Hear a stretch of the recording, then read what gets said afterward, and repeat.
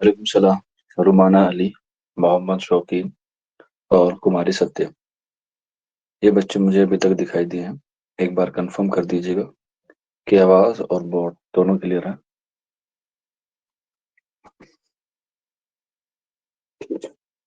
जिसको आवाज़ क्लियर है वो वाई लिख दीजिएगा, और जिसको नो कोई भी चीज़ ना क्लियर हो वो एन लिख दीजिएगा। वाई का मतलब है आवाज़ और बोर्ड दोनों क्लियर है। ठीक, गुड, सबको क्लियर है सारी चीज़। आज की जो हमारी क्लास है वो आज हमारी पहली क्लास है, और उम्मीद करते हैं, आशा करते हैं कि आने वाले 3 से 4 महीने आपकी जिंदगी के सबसे अहम होने वाले हैं, खास तौर पे पढ़ाई के पर्पज से या तालीम के पर्पज से। क्योंकि क्लास करना बहुत ज़रूरी होता है अपने ख्वाब को मुकम्मल करने के लिए। हालांकि ख्वाब वो नहीं होते जो बंद आंखों से देखे जाएं, ख्वाब वो होते हैं जो खुली आंखों से मुकम्मल किए जाएं। क्योंकि सुबह का वक्त होता है तो अक्सर बच्चे नींद के आगोश में जो है वो चले जाते हैं। और आपने कहावत सुनी होगी, जो सोया वो खोया, जो जागा वो पाया। ये क्लास कल से शुरू होनी थी, लेकिन किसी वजह से जो कल शुरू नहीं हो पाई। और आप लोगों का बहुत बहुत शुक्रिया कि आप लोगों ने बड़ा इत्मीनान और बड़े पेशेंस से जो है वो काम लिया। तो अब इंशाल्लाह जो है वो क्लासेस आपकी रेगुलर चलेंगी। क्लासेस 2 बारी में चलेंगी। 2 बारी से मुराद है 2 टाइम में चलेंगी। एक आपकी मॉर्निंग में चलेगी और एक आपका इवनिंग में चलेगी। ठीक है, मॉर्निंग में जो है वो हम लोग शायरी वाला पार्ट करेंगे, और इवनिंग में जो है वो हम लोग नस्र वाला पार्ट करेंगे। ठीक है, अभी फिलहाल कुछ दिन के लिए सिर्फ मॉर्निंग में होगी। इवनिंग में जो है वो मैं बता दूंगा आपको कब से होगी।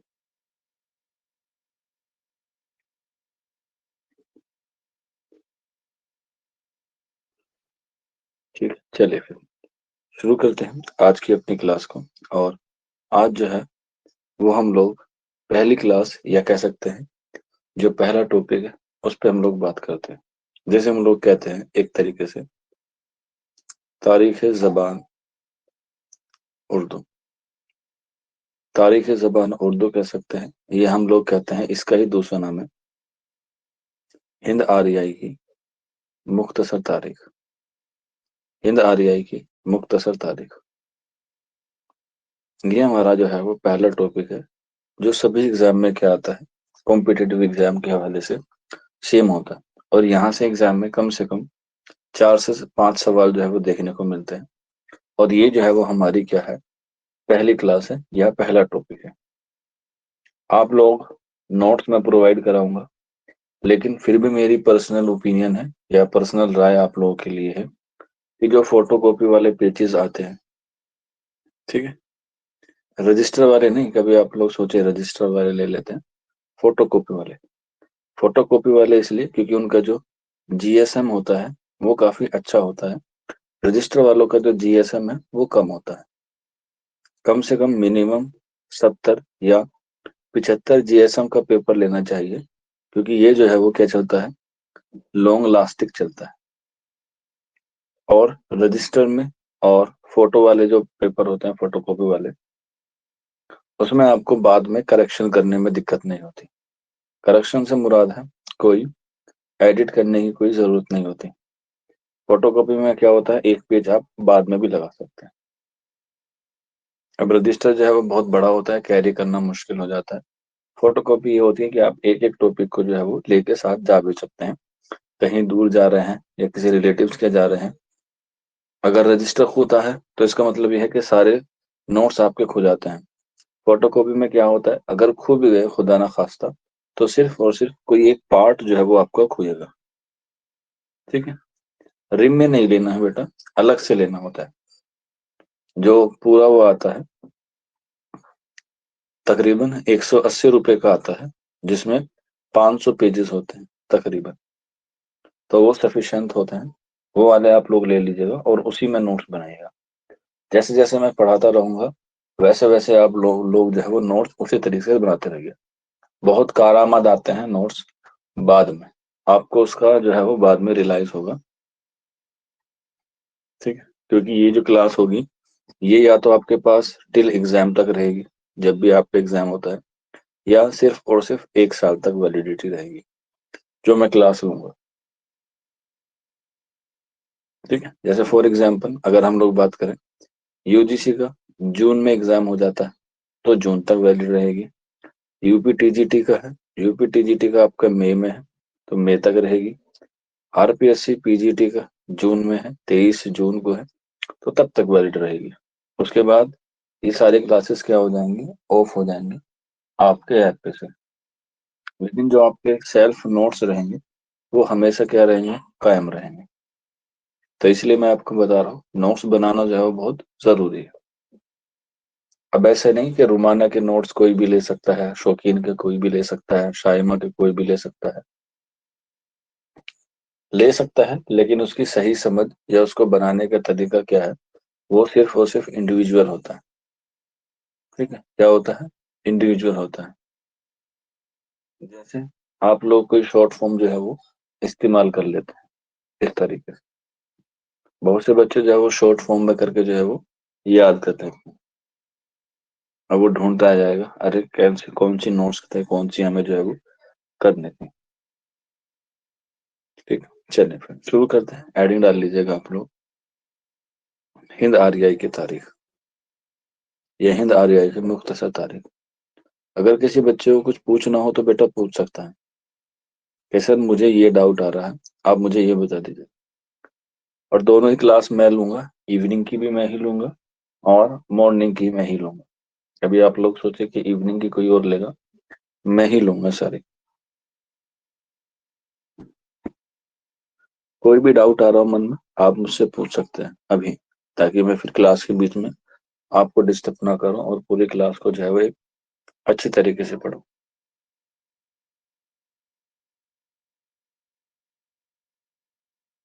ठीक है रुमाना, गुड।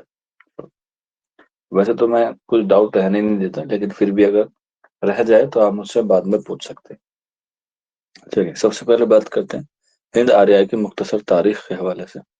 अब जब भी हम लोग किसी बात की बात करते हैं, तारीख, तारीख को हम लोग कहते हैं क्या, इतिहास, यानी कि हिस्ट्री। किसी भी चीज को जानने से पहले या किसी भी चीज के बारे में पढ़ने से पहले हमें उसकी जो है वो तारीख जाननी होती है। फॉर एग्जाम्पल जैसे आप लोगों ने हमारा बैच ज्वाइन किया है, तो आपने जरूर इसके बारे में कहीं ना कहीं पढ़ा होगा, कहीं ना कहीं सुना होगा, या किसी ने जो है वो आपको जरूर इसकी बताई होगी बात, कि आप अगर सिलेक्शन लेना चाहते हैं तो आप चौक एंड अकेडमी को ज्वाइन कर लीजिए। वहां पर जो है वो आपको अच्छी तरीके से क्या होगा बताया जाएगा या समझाया जाएगा। क्यों, क्योंकि उसने जो अतीत में किया है, अतीत का मतलब होता है पास्ट, उसने जो पास्ट में किया है वो जो है वो आपको जरूर से जरूर क्या होगा, फायदा देगा। तो इसीलिए जब भी हम लोग कोई टॉपिक शुरू करते हैं तो सबसे पहले हम लोग उसकी तह तक पहुंचने की कोशिश करते हैं, या सबसे पहले हम लोग जो है वो उसकी हिस्ट्री के बारे में जानने की कोशिश करते हैं। तो उर्दू की जो हिस्ट्री है वो हमारी शुरू होती है हिंद आर्याई की मुख्तसर तारीख से। लेकिन हिंद आर्याई ये बना कैसे है, ये सबसे बड़ा सवाल है कि हिंद आर्याई बना कैसे है। आप में से कोई बच्चा बता सकता है हिंद आर्याई बना कैसे? किसी को कोई पता हो कि हिंद आर्याई बना कैसे?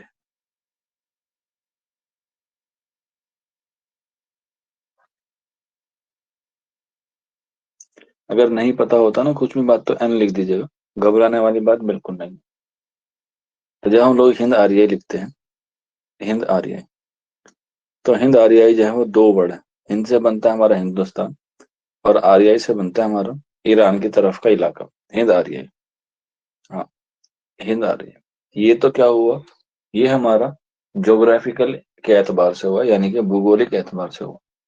लेकिन हमें जो है वो तारीख पढ़नी है, वो इतिहास पढ़ना है। और इतिहास हमेशा किससे माना जाता है, प्रमाण पत्रों से माना जाता है, एविडेंस से माना जाता है, या नमूने के तौर पे जो है वो माना जाता है। तो अगर हम लोग इतिहास की बात करें तो सबसे पहले ये देखना है कि हिंद आर्याई बना कैसे है। तो हिंद आर्याई से पहले हमें एक बात जाननी होगी, जिसे हम लोग क्या कहते हैं, सभ्यता या डायनेस्टी। सभ्यता या डायनेस्टी। हमारे मुल्क में जो है वो अलग अलग तरह की डायनेस्टी हैं, यानी कि सभ्यता रही हैं पहले से ही।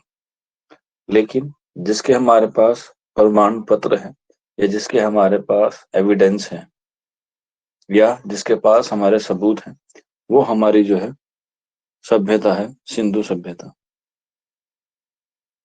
सिंधु सभ्यता। अभी तक जो हमारे इतिहास में सभ्यता मानी जाती थी, वो मानी जाती थी वैदिक सभ्यता, अभी तक। ठीक है। लेकिन तकरीबन 105 साल पहले, कितने साल पहले? तकरीबन 105 साल पहले, यानी कि 1921 में, 1921 में हमने ढूंढी क्या? हड़प्पा सभ्यता। क्या ढूंढी? हड़प्पा सभ्यता। और हड़प्पा सभ्यता किसने बनाई? तो आपको पता होगा, राखलदास बैनर्जी ने। अभी मैंने आरडीबी लिखा है, तो इसका मतलब है राखलदास बैनर्जी।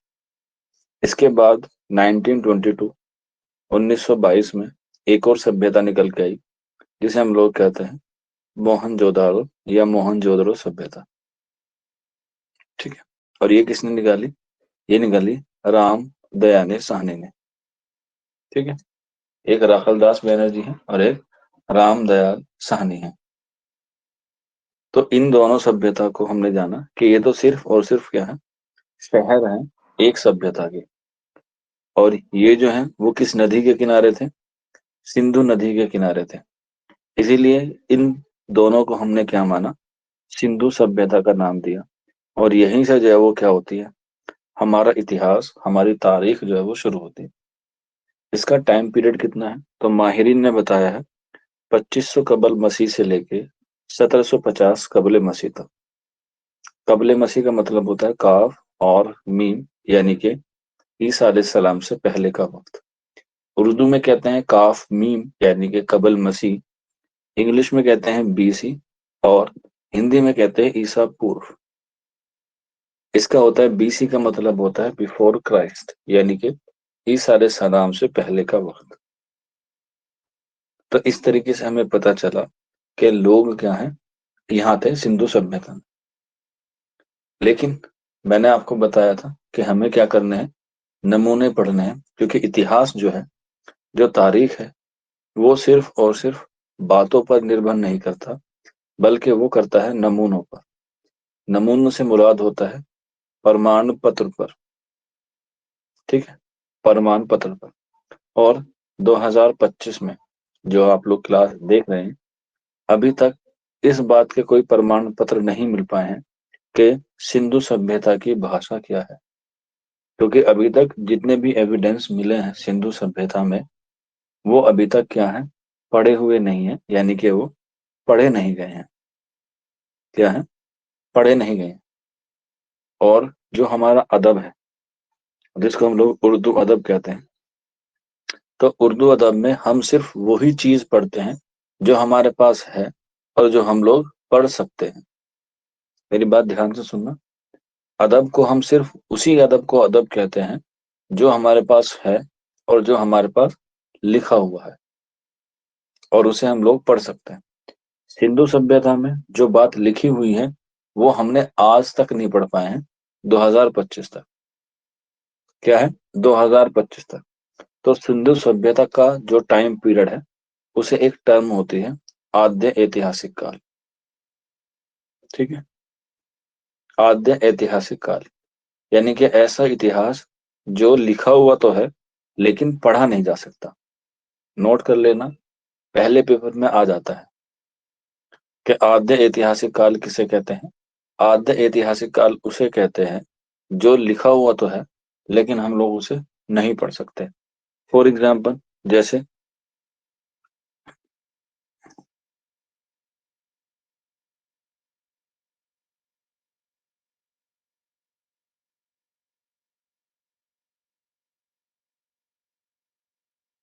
ये मैंने लिखा है, कोई बता सकता है कि क्या लिखा हुआ है? ये लैंग्वेज चाइनीज है। ठीक है। चाइना की लैंग्वेज है। ये लिखा हुआ है और इसका मतलब भी है। हाँ, चाइनीज है, लेकिन इसका मतलब भी है। तो इसका मतलब ये है कि एक ये बात लिखी हुई तो है लेकिन हम इसे पढ़ नहीं सकते। ठीक है, इसे हम लोग पढ़ नहीं सकते। तो ऐसे ही सिंधु सभ्यता की लैंग्वेज है, लिखी हुई तो है लेकिन हम उसे नहीं पढ़ सकते। अभी उस पर जो है वो काम चल रहा है। क्या चल रहा है? काम चल रहा है।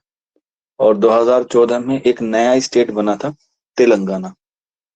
ठीक है, तो तेलंगाना ने इस बार जो बजट पेश किया है अपना 2025 का, उसमें पैसा खर्च किया है कि हम लोग जो है वो सिंधु सभ्यता की जो लिपि है उसे जो है वो क्या करेंगे, उसे पढ़ने के लिए काम करेंगे। यानी कि उसके लिए एक टॉपिक के लिए अलग से जो है वो अपने विधानसभा में क्या किया है, बजट जो है वो पेश किया है। क्या किया है? बजट जो है वो पेश किया है। तो इसी तरीके से लैंग्वेज को हम लोग जो है वो समझने की कोशिश करते हैं। तो जब हम वहाँ पर लैंग्वेज देखते हैं तो हमें उसके बारे में कुछ पता नहीं चलता है। और 1750 ईस्वी में, या सॉरी 1750 ईसा पूर्व या कबल मसीह में क्या आ जाती है, बाढ़ आती है। बाढ़ से मुराद आप लोगों को सबको पता है, बाढ़ जो है वो दरिया में आती है। और दरिया भी कौन सी थी सिंधु सभ्यता के करीब में?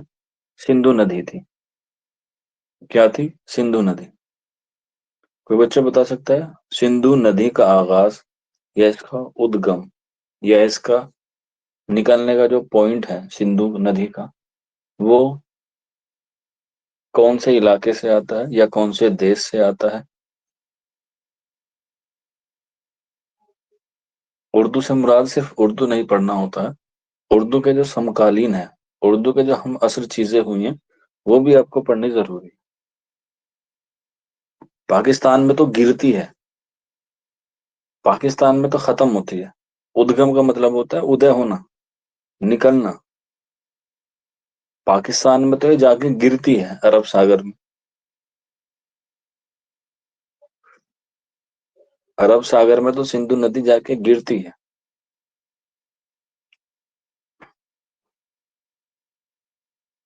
अगर नहीं पता हो तो लिख दीजिएगा।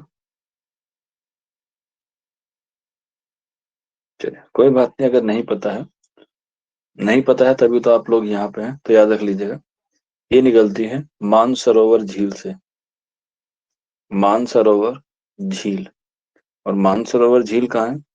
जिसे हम लोग कहते हैं संसार की छत। संसार की छत या कहते हैं पामीर का पठार।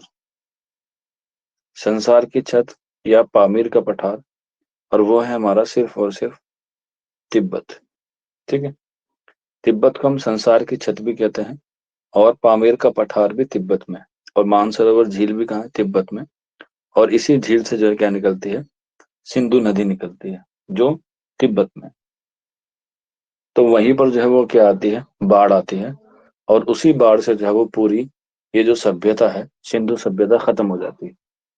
और सिंधु सभ्यता खत्म होने के बाद, यानी कि 1750 कब्र मसीह के बाद, तकरीबन 250 साल बाद, कितने, 250 साल बाद एक नई सभ्यता आती है। एक नया अध्याय आपके सिलेबस में जुड़ता है, और ये शुरू होता है हमारा वैदिक पीरियड।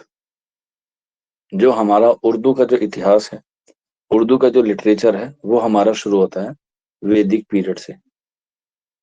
ठीक है, वैदिक का मतलब होता है जब हम लोग इसे देखते हैं या जब हम लोग इसे पढ़ते हैं, तो इसमें जो है वो किसकी बात होती है, वेद की बात होती है। और वेद जो है वो लिखे हुए हैं, वेद हमारे पास हैं, और वेदों को पढ़ा जा चुका है। इसीलिए 1921 से पहले हम लोग अपनी जो पहली सभ्यता है वो इसे ही मानते थे, वैदिक सभ्यता को। लेकिन जब रखलदास बैनर्जी और रामदयानी साहनी ने जो है वो सिंधु सभ्यता खोजी, तो हम लोग जो है वो उसका इतिहास या उसके तारीख जो है वो पढ़ना शुरू करते हैं। कहाँ से? सिंधु सभ्यता से। लेकिन उसका जो अदब है, उसका जो लिटरेचर है, वो हम लोग नहीं पढ़ पाए हैं पूरी तरीके से। तो इसलिए जो है वो हम लोग उस पर जो है वो ज्यादा रोशनी नहीं डालते। हाँ, लेकिन बुनियाद को बनाने के लिए हमें बुनियाद को भरना जरूरी होता है, ताकि एक चैन से हम दूसरी चैन पर जाएं, या एक कड़ी से हम दूसरी कड़ी कैसे जोड़ पाए। तो सिंधु सभ्यता इतनी ही है उर्दू में। सवाल आ जाए तो ठीक है, नहीं आए तो कोई मसला नहीं है। तो हमारी जो शुरू होती है वो होती है वैदिक पीरियड से, यानी कि वैदिक सभ्यता से। और वैदिक सभ्यता या वैदिक पीरियड जो हमारा शुरू होता है भाई 1750 में से अगर हम 250 घटाएंगे तो कितने आएंगे? देखते हैं तुम्हारा मैथ कितना तेज है। तो आप कहेंगे सर 0, 0, 5 और 1 आ गया भी 1500। तो वैदिक पीरियड यानी कि वैदिक सभ्यता का जो टाइम पीरियड शुरू होता है वो होता है 1500 कबल मसीह तक। और ये सवाल आता है एग्जाम में कि 1500 कबल मसीह से जो टाइम पीरियड शुरू हुआ है वैदिक सभ्यता का ठीक है, वो सबसे पहले किसने बताया? तो याद रख लीजिएगा, आंसर हो जाएगा मसूद हुसैन खान ने। मसूद हुसैन खान ने सबसे पहले बताया है कि उर्दू का आगाज या हिंद आरियाई दौर का आगाज 1500 कबल मसीह से हुआ है। यह बात सबसे पहले मसूद हुसैन मसूद हुसैन खान ने कही। और किस अंदाज में कही, किस तरीके से कही, वो हम लोग देखते हैं। अभी मैं आपको लिखवाऊंगा। जब बाढ़ आई तो क्या हुआ? पूरा डायनेस्टी या पूरी सभ्यता खत्म हो गई। अब जब खत्म हो गई तो उसको दोबारा से बनाने के लिए या उसको दोबारा से चलाने के लिए तकरीबन हमें लगा 250 साल का वक्त। और इस 250 साल में जो है वो बहुत सारी घटना हुई, बहुत सारी जो है वो काम हुए। लेकिन उस काम में जो हमारा लिहाज से इम्पोर्टेंट है वो सिर्फ और सिर्फ किसका है? वो है आर्यों की आमद। जो हमें पढ़नी है वो है आर्यों की आमद। और मसूद हुसैन खान ने जो उर्दू अदब की इब्तिदा बताई है वो 1500 कबल मसीह बताई है। तो उसके पीछे का जो रीजन है, उसके पीछे की जो वजह है वो यही है, आर्यों की आमद। अब वो कैसे बताई है वो हम लोग देखते हैं। चलिए लिख लीजिएगा, एग्जाम में अक्सर आता है कि हिंदुस्तान में हिंदुस्तान में हिंदुस्तान में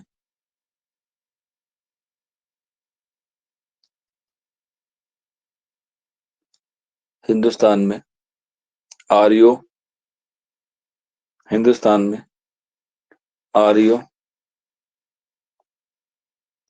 के दाखिला आर्यों की दाखिला की तारीख आर्यों के दाखिले की तारीख 1500 कबल मसीह 1500 कबल मसीह मुकर्रर की जा सकती है, मुकर्रर की जा सकती है। तो ये जो 1500 कबल मसीह बताया गया है और यहीं से जो है वो हमारा शुरू होता है हिंद आर्याई की मुख्तसर तारीख 1500 कबल मसीह से। 1500 कबल मसीह दो हैं, एक इतिहास के एतबार से देखा जाए तो ये हमारा हो जाता है वैदिक सभ्यता। ठीक है, वैदिक सभ्यता यानी कि जो हिस्ट्री में पढ़ते हैं हम लोग। और जब हम लोग इसे उर्दू अदब में करते हैं तो इसे ही हम लोग हिंद आर्याई कह देते हैं। हिंद आर्याई क्यों? क्योंकि हिंद का मतलब हुआ हिंदुस्तान और आर्य का मतलब हुआ आर्यो। यानी कि जो आर्य हमारे मुल्क में जो है वो आए। कहाँ से आए? इसमें जो है वो लोगों के इख्तिलाफात हैं। कोई तिब्बत से बताता है, कोई मध्य एशिया से बताता है, ठीक है, कोई जो है वो अलग जगह से बताता है। कोई कहता है कि यहीं के लोग हैं, जो साउथ में रहते थे वो ही यहाँ पर आए और उन दोनों में लड़ाई हुई तो जो नॉर्थ वाले थे वो जीत गए और जो साउथ वाले थे वो हार गए। ठीक है, लेकिन जो सबसे अहम कॉल होता है इसके नजरिए से वो होता है किसका? एक हुए हैं स्मिथ। ठीक है, स्मिथ है और मजूमदार है। ये दो मुहक्किक हैं। उन्होंने बताया है कि हिंदुस्तान में, किसमें? हिंदुस्तान में आर्यों का जो आमन है या आर्यों का जो आगाज है, आर्यों का आगाज जो है वो कहाँ से हुआ है? सेंट्रल एशिया से हुआ है। सेंट्रल एशिया, जिसे हम लोग मध्य एशिया भी कहते हैं या हम उसे वुस्ता एशिया भी कहते हैं। वुस्ता एशिया। तो ये स्मिथ और मजूमदार का है। तिब्बत से कौन कहा है? बाल गंगाधर तिलक, जिसे हम लोग बीजीटी कहते हैं। ठीक है, बाल गंगाधर तिलक। तो उन्होंने जो है वो आर्यों का आमद कहाँ से बताया है? तिब्बत से बताया। और भी बहुत सारे लोगों ने बताया है, स्वामी विवेकानंद ने भी बताया, लेकिन वो इतना खास नहीं है। लेकिन ज्यादातर स्मिथ का और मजूमदार का आता है कि ये जो है वो मध्य एशिया से आए हैं, और मध्य एशिया से आने के बाद हिंदुस्तान पे आके क्या किया इन्होंने? हुकूमत की है। अब जब मध्य एशिया से आए तो इन्हें हम लोग क्या कहें? आर्य कहते हैं। क्या कहते हैं? आर्य। अब आर्य का मतलब होता है, कभी कभी एग्जाम में पूछ लिया जाता है, तो याद रख लीजिएगा, सर्वश्रेष्ठ। इट मीन्स सबसे आला। सबसे आला। आर्य का मतलब होता है सबसे आला, यानी कि सर्वश्रेष्ठ। तो जब ये मध्य एशिया से हिंदुस्तान में आए, तो हिंदुस्तान में आने के बाद यहाँ के जो लोग थे, जिन्हें हम लोग क्या कहते थे? अनार्य। अनार्य का मतलब होता है निचले तबके के लोग, या नीची जाति के लोग, या छोटी जाति के लोग। तो आर्य और अनार्यों के बीच में क्या हुई? जंग हुई, यानी कि लड़ाई हुई, जिसमें आर्य जीत गए और अनार्य हार गए। अनार्य हारने के बाद कहाँ चले गए? साउथ में चले गए, जिन्हें हम लोग क्या मानते हैं? द्रविड़ मानते हैं। ठीक है, क्योंकि नीचे की तरफ जो है वो ज्यादातर द्राविड़ जनजाति रहती है, या द्राविड़ खानदान रहता है। तो आर्य जीते तो इन्होंने जो है वो उत्तर भारत पर क्या कर लिया? अपना कब्जा कर लिया। और यहीं पर जो है वो इन्होंने क्या शुरू की? एक नई सभ्यता शुरू की, जिसे हम लोग क्या कहते हैं? वैदिक सभ्यता। ठीक, वैदिक सभ्यता। और उर्दू में भी हम लोग वैदिक सभ्यता ही पढ़ते हैं, लेकिन वैदिक सभ्यता का हम लोग दूसरा नाम है हिंद आर्याई। हिंद आर्याई की मुख्तसर तारीख पढ़ते हैं। ठीक है, हिंद आर्याई की मुख्तसर तारीख पढ़ते हैं, जो हमारी शुरू होती है 1500 कबल मसीह से और लेके ताहाल तक। 1500 कबल मसीह से लेके ताहाल तक हम लोग पढ़ते हैं वैदिक सभ्यता, या हिंद आर्याई की मुख्तसर तारीख। यहाँ तक चीजें समझ में आई? कोई चीज ऐसी जो आपको कॉम्प्लिकेटेड ना लगी हो, मतलब ऐसा सवाल जो मन में आ रहा हो कि सर ये तो हमने कभी उर्दू में पढ़ा ही नहीं, आप हमें क्यों पढ़ा रहे? ये मैं सिर्फ और सिर्फ आपको एक जमीनी जुड़ाव की वजह से पढ़ा रहा हूँ, ताकि आपको आगे चल के जो है वो कोई दिक्कत ना हो। और आपका मोस्टली ज्यादातर पेपर में फर्स्ट पेपर होता है, चाहे DSSB की बात की जाए, यूजीसी नेट का की जाए, एनवीएस का की जाए, आरपीएससी का किया जाए, तो उसमें ये टॉपिक जरूर ऐड होते हैं, लेकिन हिडन वे में। हिडन वे का मतलब होता है वे छुपे हुए होते हैं।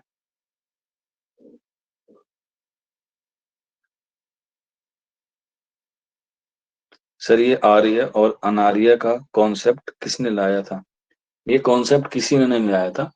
आर्य जो है वो अपनी जाति को बचाने के लिए, या अपने साम्राज्य को विस्तार करने के लिए, साम्राज्य मतलब अपनी हुकूमत को और बढ़ाने के लिए, अलग अलग क्या जाते हैं? अलग अलग मुल्कों में जाते हैं और वहां पे लड़ाई करते हैं। और वहां पर क्या होता है? लड़ाई लड़ने के बाद उस पर क्या कर लेते हैं? कब्जा कर लेते हैं। तो ये जो आर्य हैं, ये मध्य एशिया के रहने वाले थे, और वो हमारे मुल्क पर जो है वो कब्जा करने आए थे। और यहाँ पर जो पहले से लोग रह रहे थे, वो अनार्य लोग थे। तो दोनों के बीच क्या हुई? जंग हुई। इसमें क्या है? इतिहास में सबसे बड़ी खास बात क्या होती है कि इसमें किसी भी बात को जो है वो माना नहीं जाता है, जब तक उसके प्रूफ जो है वो पूरी तरीके से साबित ना हो।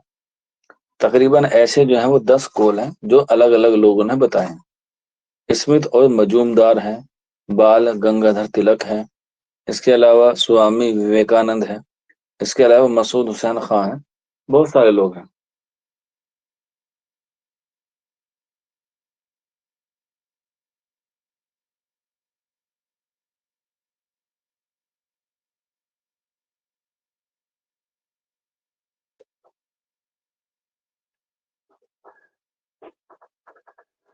नहीं बता नहीं बता खुद को नहीं बताया है, बल्कि लोगों ने उनका क्या किया है? एनालाइज किया है। फॉर एग्जाम्पल, मैं आपको पढ़ा रहा हूँ, अब इसका मतलब ये तो है नहीं कि मैं दुनिया का सबसे अच्छा टीचर हूँ। क्या? दुनिया का सबसे अच्छा टीचर हूँ। लेकिन ये बात आप लोग जरूर बता सकते हैं कि हाँ, बाकी टीचर से बेहतर है सर। ये तो आप ही लोग बताएंगे ना, जब आप लोग एनालाइज करेंगे, जब मेरे बारे में पढ़ेंगे कि भाई मेरी क्या क्वालिफिकेशन है, मैंने कौन कौन से एग्जाम क्रैक किए हैं, मैंने कितने बच्चों का सिलेक्शन कराया है। ये तो आप खुद एनालाइज करेंगे ना, तभी तो आप मुझे बताएंगे कि हाँ sir you are the best. तो इसी तरीके से जब लोगों ने यानी कि स्मिथ और मजूमदार ने इन पर रिसर्च किया, तो उसमें पाया कि ये सर्वश्रेष्ठ है, ये जो है वो सबसे आला है। उनको पढ़ने के बाद, उन पर काम करने के बाद ये सारी बातें उन्हें पता चली। तो ये देखो, ये तकरीबन 4 या 5 साल पहले की बात है, और तब जो है उस पर रिसर्च जो है वो अब जाके शुरू हुई थी। तो तब रिसर्च में जो है वो हमें पता चला। ठीक, कोई महान नहीं होता, बल्कि उसको महान बनने के लिए काम करने पड़ते हैं। आर्य इसीलिए सर्वश्रेष्ठ रहे हैं क्योंकि वो कभी भी कोई जंग नहीं हारे, और इसीलिए वो क्या है, आला है। जैसे आपने सिकंदर को पढ़ा होगा, अब सिकंदर ने खुद थोड़ी कहा है कि मैं महान हूँ, लेकिन उसने महान होने के जो है वो काम किए हैं। जैसे उसने पूरे दुनिया पर फतेह हासिल की, और देखो फतेह हासिल करने के बाद भी जब वो दुनिया से गया तो खाली हाथ गया। इसी तरीके से आपने देखा होगा, जो चंद्रगुप्त मौर्य है, जिसका हमारी तारीख में जो है वो पहला सम्राट माना जाता है, उसने क्या किया था, उसने अपने अकेले दम पे जो है वो पूरे राज्य को खड़ा करा। उसके गुरु की बेइज्जती की, वो उससे बर्दाश्त नहीं हुई, उसने जो है वो उसका बदला लिया। इसी तरीके से अकबर को देख सकते हैं। अकबर पढ़ा लिखा नहीं था, लेकिन उसने लोगों की भलाई के लिए बहुत सारे काम किए। तो काम करने के बाद जब हम लोग उसको रियलाइज करते हैं, जब हम लोग उसका एनालाइज करते हैं, तब जाके कोई महान बनता है। अब फॉर एग्जाम्पल, आप एक क्लास में इतने सारे बच्चे हैं, मैं सबको एक जैसा पढ़ा रहा हूँ, ऐसा नहीं कि कुमारी सत्यम को अलग पढ़ाऊंगा, रुमानो को अलग, शौकीन को अलग, सबको एक जैसा पढ़ाऊंगा। लेकिन समझ में किसी के आएगा, सिलेक्शन किसी का होगा। ये तो बात की बात है ना कि आप मेरा बताए हुए बात को कितना ऑब्जर्व करते हैं, कितना एनालाइज करते हैं। तो ये तो मेरे पढ़ाने का जो नतीजा है वो आपके रिजल्ट पर डिपेंड करता है। तो बस इसी तरीके से आर्यों की बात जब हुई है और आर्यों पे रिसर्च किया गया, तब हमने जाना कि ये क्या है, सर्वश्रेष्ठ है, यानी कि ये आला है। और इसी बात को एनालाइज करने के बाद ही ये वाला जो कॉल है, जो मसूद हुसैन खान ने कहा है, वो इसीलिए ही बताया है 1500 कबल मसीह से।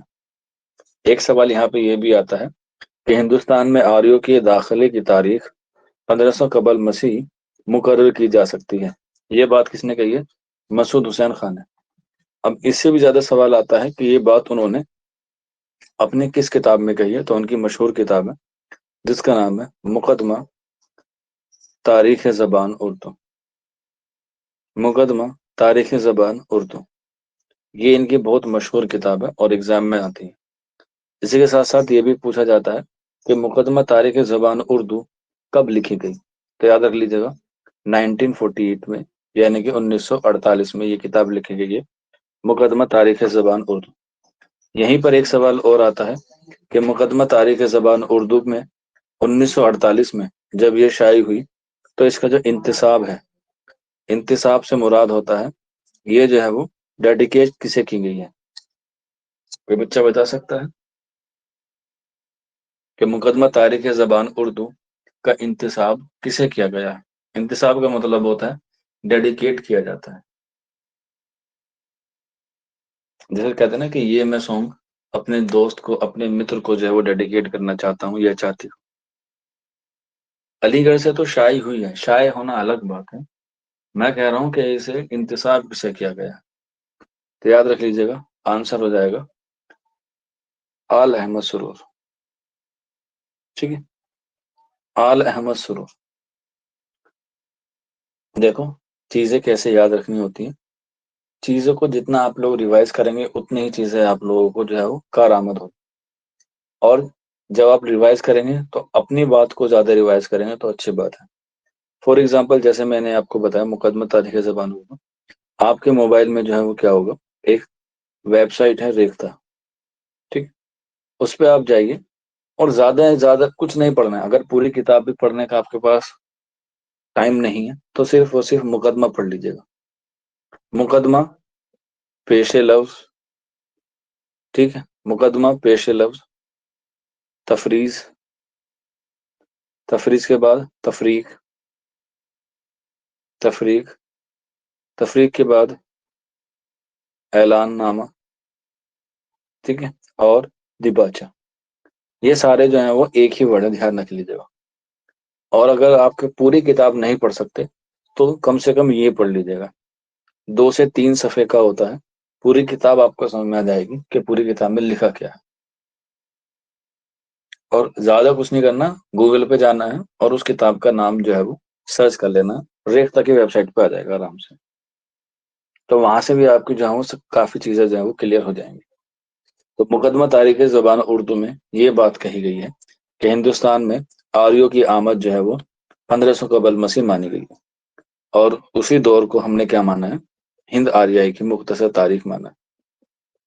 हिंद आर्याई की मुख्तसर तारीख, मुख्तसर तारीख से मतलब होता है छोटी, हाँ किसी भी बुक की आप कर सकते हैं, XYZ, लेकिन उर्दू से रिलेटेड होनी चाहिए। चलिए, तो हिंद आर्या की मुख्तसर तारीख को हम पढ़ते हैं, जिसका टाइम पीरियड शुरू होता है 1500 कबल मसीह तक, ठीक है, 1500 कबल मसीह। तो ये तो बात हुई मसूद हुसैन खां की, जो क्या है, एक तहकीक निगार है। लेकिन उर्दू जो है वो क्या है, हमारी एक जबान है। उर्दू क्या है, जबान है।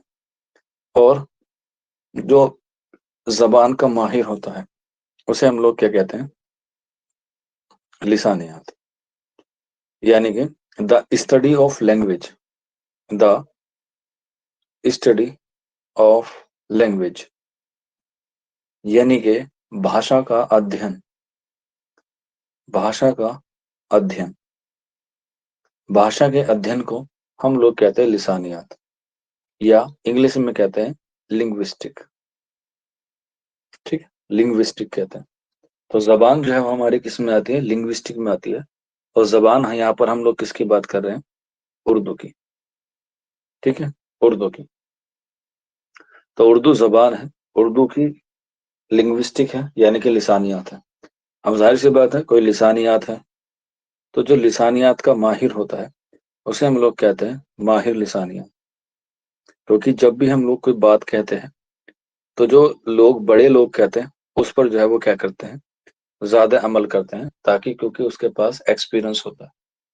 तो हिंद आर्याई की मुख्तसर तारीख बेशक 1500 कबल मसीह से शुरू होती है, लेकिन तारीख को शुरू करने से पहले हमें क्या पढ़ना पड़ता है, उसका खानदान देखना पड़ता है।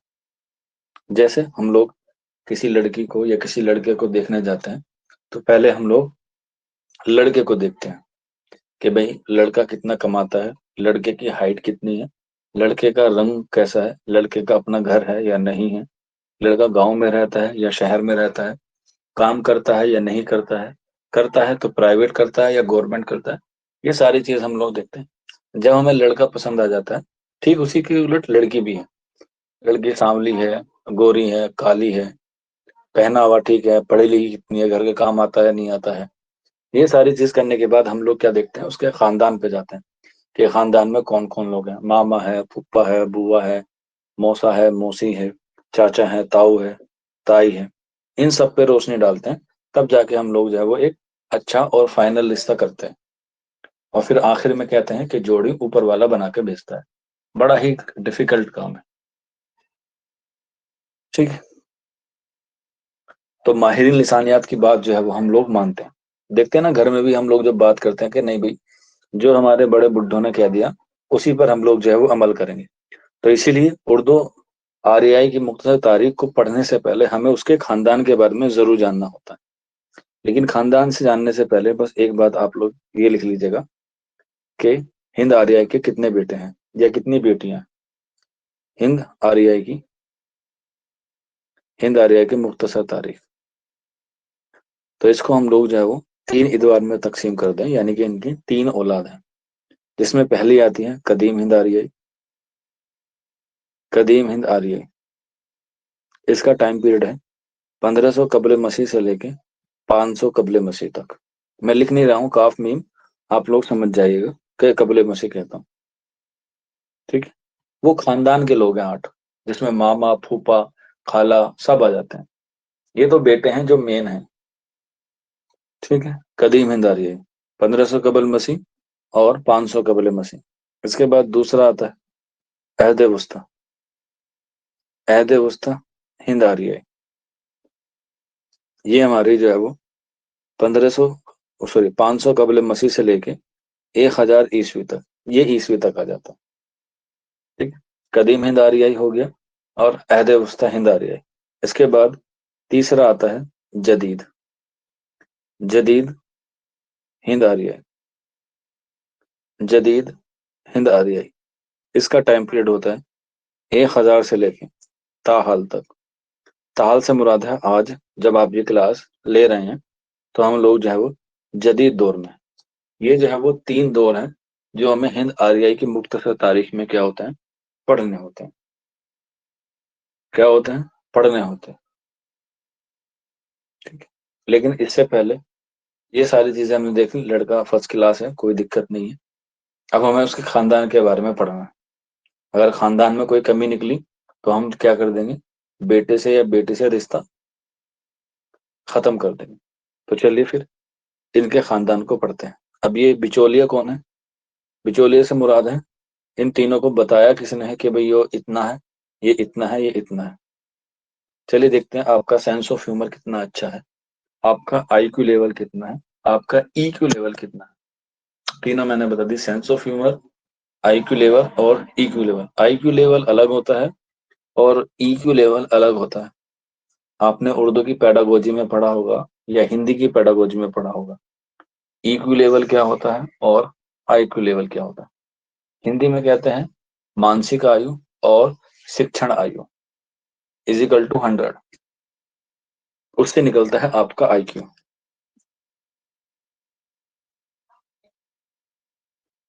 देखते हैं कौन बच्चे का आईक्यू सबसे ज्यादा लेवल है। आइंस्टीन का 200 था, 200 आईक्यू था।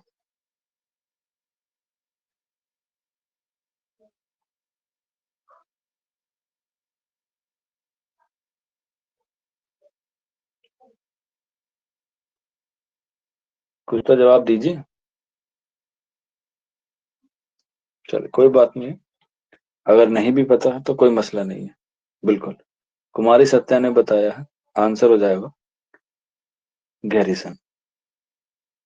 क्या है, गैरिसन। तो ये जो हिंद आर्याई की तारीख बताया गया है, मुख्तसर तारीख हो, यो गैरिसन ने बताया। ये हमारा बिचौलिया। ठीक है, तो हिंद आर्याई की मुख्तसर तारीख को जो है वो इसने बांटा है, गैरिसन ने बांटा है। अब जो बिचौलिया है वो बड़ा तजुर्बेकार आदमी है, और इसीलिए हम लोग जो है वैसे क्या मानते हैं, माहिरीन लिसानियात मानते हैं गैरिसन को। अब जब माहिरीन लिसानियात गैरिसन है तो जाहिर सी बात है खानदान का, तो खानदान के बारे में भी इसे पता होगा। तो जो खानदान है उर्दू में जितने भी वो हिंद दुनिया में सॉरी दुनिया में जितने भी खानदान है वो गैरिसन को पता है। क्या है, गैरिसन को पता है।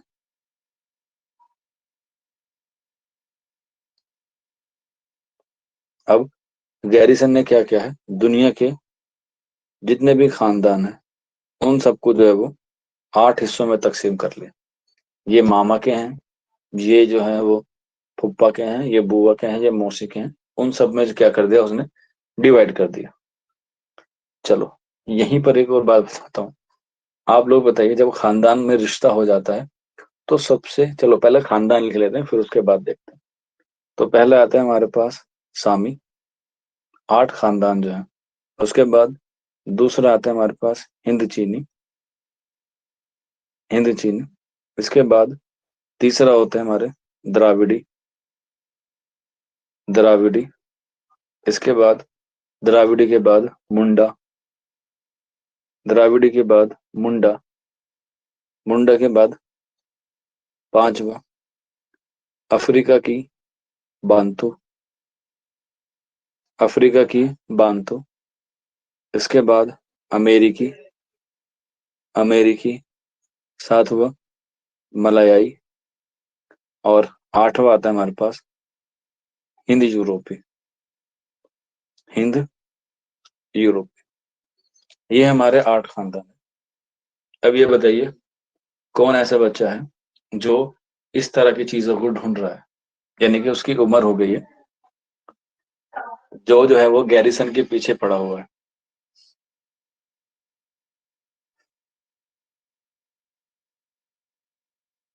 तो उसे ज्यादा अच्छा रहेगा लेट करके कि खानदान में जो है वो सबसे अहम रिश्ता जो है वो कौन सा होता है।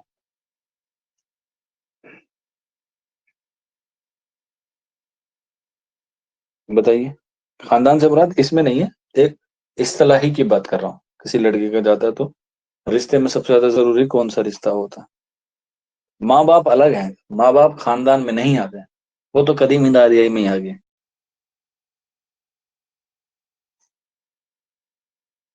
देखते हैं आपको सामाजिक स्तर पे कितनी नॉलेज है। सामाजिक स्तर का भी आदमी को जरूर पता होना चाहिए। ऐसे नहीं सिर्फ किताबों का ज्ञान लेना ही सफिशिएंट होता है, सामाजिक ज्ञान भी होना जरूरी है। समाज में क्या चीज चल रही है वो भी बताना जरूरी है। लड़का तो नहीं है, लड़का खानदान में थोड़ी आता है।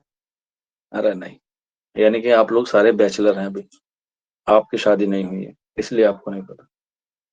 बैचलर तो हम भी हैं। सबसे खानदान जरूरी होता है हिंद यूरोपी, और ये होता है हमारा क्या, फुप्पा या बहनोई। क्यों जी, सबसे अहम होता है ना फुप्पा और बहनोई। अगर ये ना बैठे तो शादी होती ही नहीं है, कितना ही कर लो चाहे कुछ। आप चाहे कुछ भी कर लो इनके लिए, ये फिर भी नाराज ही रहेंगे। हाँ, जीजा भी कह सकते हैं आप लोग, बिल्कुल। जीजा भी कह सकते हैं आप लोग, लो जी, जीजा भी ऐड कर दिया। समझ में आ गया। तो मैंने जीजा फुप्पा बहनोई क्यों लिखा, क्योंकि यहाँ तो हिंद यूरोपी है, लेकिन हम तो इसे हिंद आर्याई पढ़ते हैं। क्या करते हैं, हिंद आर्याई पढ़ते हैं। तो हिंद आर्याई और हिंद यूरोपी क्या एक ही है या अलग अलग है? हाँ जी, ये दोनों एक ही हैं, बस इनके नाम अलग अलग है। जैसे जीजा फूफा बहनोई है, वो भी है। अब हमें जब शादी करनी होती है तो हम क्या देखते हैं, चलो जी फूफा तो है, फूफा के बाद सबसे जरूरी कौन होता है, हालांकि उसका ज्यादा काम नहीं होता है। फूफा के बाद बताओ सबसे बाद जो है वो कौन सा काम होता है।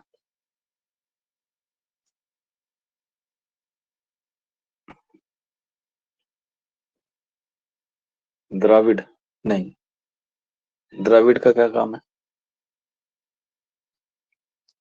फूफा के बाद यहाँ नहीं, ये तो माहिर लिसानियात ने 8 खानदान बता दिए।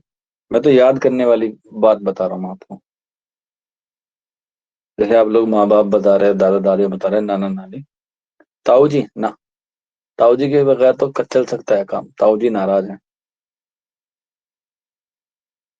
अक्सर देखा है कि बड़ा भाई जो है वो नहीं बैठता, बुआ तो प्यारी मान जाती है। बुआ तो वहीं फूफा के साथ आ गई ना। ना, ध्यान रखना। फिर आते हैं हमारे पास मामा, मामा और मामी, क्योंकि उनसे क्या लेना होता है हमें, भात लेना होता है। क्यों जी, भाई माँ के जो सबसे चहेते होते हैं भाई तो होते हैं, और भाई को बोलते हैं मामा। क्यों जी, यही दो रिश्ते तो होने चाहिए चाहिए ज्यादा, मामा का हो और जीजा बहनों या फूफा का हो। यानी कि एक रिश्ता लड़के के बाप की तरफ से होता है, और एक रिश्ता जो है वो लड़की के बाप की तरफ से होता है। समझ में आ गया ना। जो फूफा जीजा बहनोई है वो लड़के की तरफ से होते हैं, यानी कि लड़के के वालिद की तरफ से होते हैं, और मामा जो है वो माँ की तरफ से होते हैं। तो इसीलिए उर्दू अदब में जब भी हम लोग माहिरीन लिसानियात के जो खानदान है 8, वो सिर्फ 2 ही पढ़ते हैं, हिंद यूरोपी और सामी।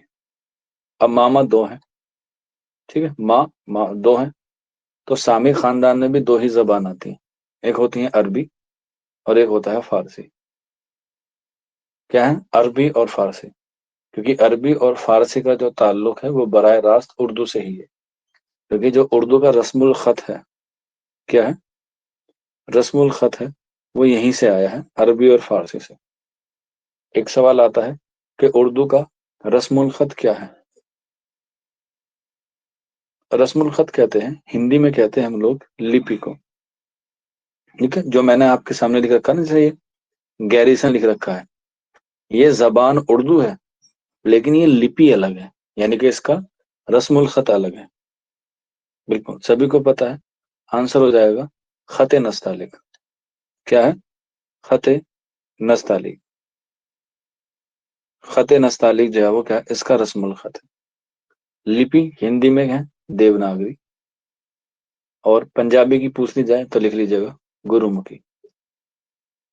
ठीक है, इंग्लिश की पूछा जाए तो इंग्लिश की है रोमन। आ जाता है कभी कभी। हिंदी की देवनागरी है, गुरुमुखी पंजाबी की है, और रोमन जो है वो इंग्लिश की है, एग्जाम में आता है। तो सामी खानदान की है अरबी की और फारसी की। हिंद चीनी, द्राविड़ी, मुंडा, अफ्रीकी बांतो, अमेरिकी, मलायाई, ये पढ़ना जरूरी नहीं है, बस याद रख लेना जरूरी है। और इस 8 खानदानों को किसने तकसीम किया है? गैरिसन ने किया है। ठीक है, मामा तो मान जाते हैं क्योंकि भाई उसकी बहन है, बहन के लिए तो कोई भाई जो है वो कुछ भी कर सकता है। मसला आता है फुप्पा का, बहनोई का और जीजा का। और इसीलिए सबसे बड़ा जो हमारा खानदान है वो यही है, हिंद आर्यई, या हिंद ईरानी, या हिंद यूरोपी। ठीक है, जैसे जीजा, बहनोई और फुप्पा तीनों एक हैं, तो हिंद यूरोपी, हिंद आर्यई और हिंद ईरानी ही एक ही हैं। और इसी खानदान को हम लोग पढ़ते हैं, और इसी खानदान को हम लोग जाकर 3 एतबार में तकसीम कर देते हैं: कदीम, अहद वस्ता और जदीद। ठीक है, और यही शुरू होती है हमारी 1500 से 500 तक, 500 से लेके 1000 ईस्वी तक, और 1000 ईस्वी से लेके ताहाल तक। ठीक है, तो समझ में आया आप लोगों को कि हम लोग हिंद ईरानी और हिंद आर्याई और हिंद यूरोपी कैसे करते हैं।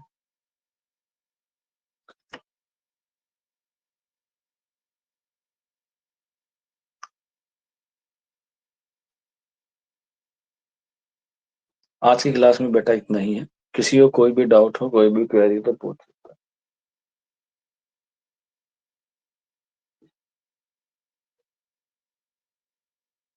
और मुझे बताइए कि आज की क्लास आपको मुश्किल लगी या आसान लगी, आपको समझ में आई या नहीं आई। देखो सिलेबस बहुत बड़ा है, मैं पहले ही बता रहा हूँ, आप लोग एक बारी में बिल्कुल नहीं याद कर पाएंगे। इसीलिए चीजों को अपने आसपास की चीजों से ज्यादा रिलेट करोगे तो ज्यादा अच्छे आप लोग जो है उसे कवर कर पाएंगे, क्योंकि ये ऐसा टॉपिक है जो आपको हर साल जो है वो पढ़ना है, और हर एग्जाम के लिए पढ़ना है।